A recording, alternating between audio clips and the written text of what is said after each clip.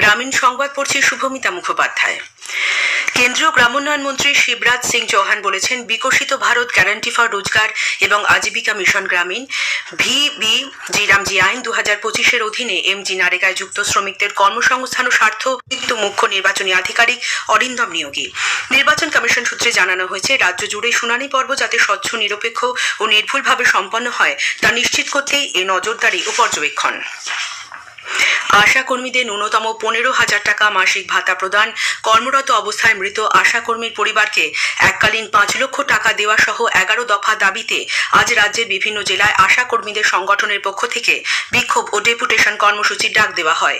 উল্লেখ্য, গত 23 তারিখ থেকে নিজেদের দাবি দাওয়া পূরণে আশা কর্মীরা কাজ বন্ধ রেখেছেন। আজ সকাল 11টা নাগাদ তারা জেলা মুখ্য স্বাস্থ্য আধিকারিক এবং মহকুমা শাসকের দপ্তরে ডেপুটেশন জমা দেন। 2026-এর গঙ্গাসাগর মেলাকে সম্পূর্ণ পরিবেশ বান্ধব করে তুলতে বড়সড় উদ্যোগ নিয়েছে রাজ্য সরকার। পরিবেশ দপ্তর ও দক্ষিণ 24 পরগনা জেলা প্রশাসনের উদ্যোগে সাগরদ্বীপে এক বিশাল সাফাই অভিযান অনুষ্ঠিত হয়। অভিযানে অগ্রণী ভূমিকা নেন সুন্দরবন উন্নয়ন মন্ত্রী বঙ্কিমচন্দ্র হাজরা। কর্মসূচিতে অংশ নেন ভিডিও কানাইয়া কুমার রাও, GPT এর চেয়ারম্যান সীমান্ত কুমার মালি, ভাইস চেয়ারম্যান সন্দীপ কুমার পাত্র, ভারত সেবাশ্রম সংঘের নিমাই মহারাজ ও কপিল মুনির আশ্রমের পুরোহিতেরা। মেলা প্রাঙ্গণ প্লাস্টিক মুক্ত রাখা ও গঙ্গাসাগরের পবিত্রতা রক্ষাই এই উদ্যোগের মূল লক্ষ্য। বছর শেষের দিন বাঁকুড়া জেলার বিভিন্ন পর্যটন কেন্দ্রগুলিতে ভিড় জমিয়েছেন বহু মানুষ। কনকনে উত্তরে হাওয়ার মধ্যে ভ্রমণ পিপাসুরা ছুটি উপভোগ করছেন জেলার পর্যটন কেন্দ্রগুলি। বাঁকুড়া শুশুনিয়া পাহাড়, মুকুটমণিপুর জলাধার, বিহারীনাথ সহ পর্যটকদের ভিড় বেড়েছে মন্দিরনগরী বিষ্ণুপুরেও। পশ্চিম মেদিনীপুরে জঙ্গলমহল সহ জেলায় শীতপ্রেমী মানুষের কাছে বর্ষ শেষের দিনটি উপভোগ্য হয়ে উঠেছে। বেলা গড়াতেই ভিড় জমে পর্যটন কেন্দ্রগুলিতে। হাওড়ার বিভিন্ন পর্যটন কেন্দ্রগুলিতে ভিড় জমিয়েছেন মানুষজন। গড়চমুখ জুওলজিক্যাল পার্ক, শিবপুর বি গার্ডেনের মতো জায়গায় ঢল নামের ভ্রমণার্থীদের। বি গার্ডেনে আজ 3,500 জন ভ্রমণার্থী আসেন বলে খবর। শিলিগুড়ির অন্যতম প্রধান পর্যটন কেন্দ্র বেঙ্গল সাফারি পার্কেও বছর শেষে প্রবল ভিড়। কেন্দ্রীয় সরকার অবিলম্বে 100 মিলিগ্রামের বেশি নিমুলিমাইড ওষুধের উৎপাদন, বিক্রি এবং বিতরণ নিষিদ্ধ করেছে। স্বাস্থ্য পরিবার কল্যাণ মন্ত্রক একটি গেজেট বিজ্ঞপ্তিতে জানিয়েছে, ড্রাগস টেকনিক্যাল অ্যাডভাইজারি বোর্ডের পরামর্শক্রমে এবং 1940 সালের ড্রাগস অ্যান্ড কসমেটিক্স আইনের 26 ধারা অনুযায়ী এটি নিষিদ্ধ করা হয়েছে।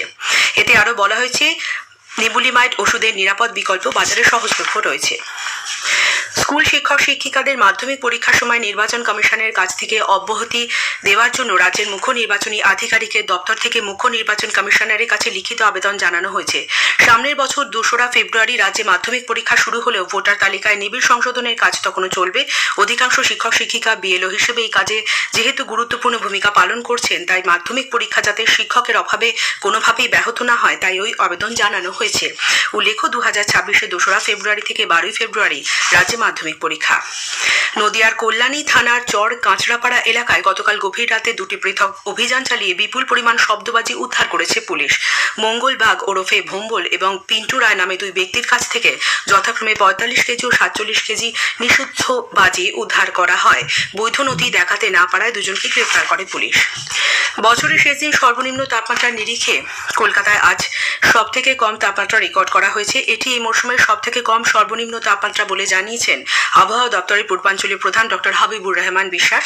আলিপুরে আজ ন্যূনতম তাপমাত্রা রেকর্ড করা হয় 11 ডিগ্রি সেলসিয়াস, স্বাভাবিকের থেকে যা 2.8 ডিগ্রি কম। গ্রামীণ সংবাদ শেষ হলো। পরের খবর 7:35 মিনিটে।